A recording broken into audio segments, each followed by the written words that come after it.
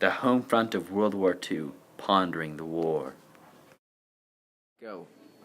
Well, I found the home front was a significant part of the war effort and had a major impact on the outcome of the war.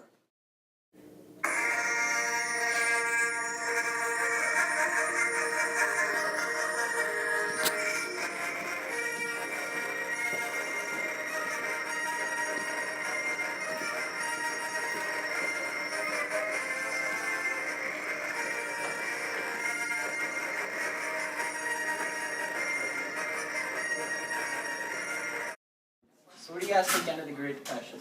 Anybody? Anybody? Well, let's see what we got here. That's right, World War II. World War II jump-started our economy and got us out of the Depression fast. By the end of the war, we were considered an economic powerhouse. Unemployment rates fell to 1.2%, and weekly pay raised 10%. The war effort affected our economy drastically because of the sudden need for product production in our factories. Farming income tripled during this time, and crop production went up by 50%. And 30% of people in the workforce were women. OPA stands for Office of Price Administration. They control pricing to keep our economy stable. Women were getting out of their homes and joining the workforce. This ushered in a new era for women. But the only problem this created was the lack of jobs when men got back. This caused us to fall into another slump, and this slump wasn't as bad as the Great Depression, though. Radios were their way of getting news about the war and listening to their jam. About 350,000 women joined the armed services. Congress began the Women's Army Corps, which had full military status. Its members were known as the WACS, and they worked in more than 200 non-combatant jobs. Many women joined the aviation industry also. At-home factories were making military supplies.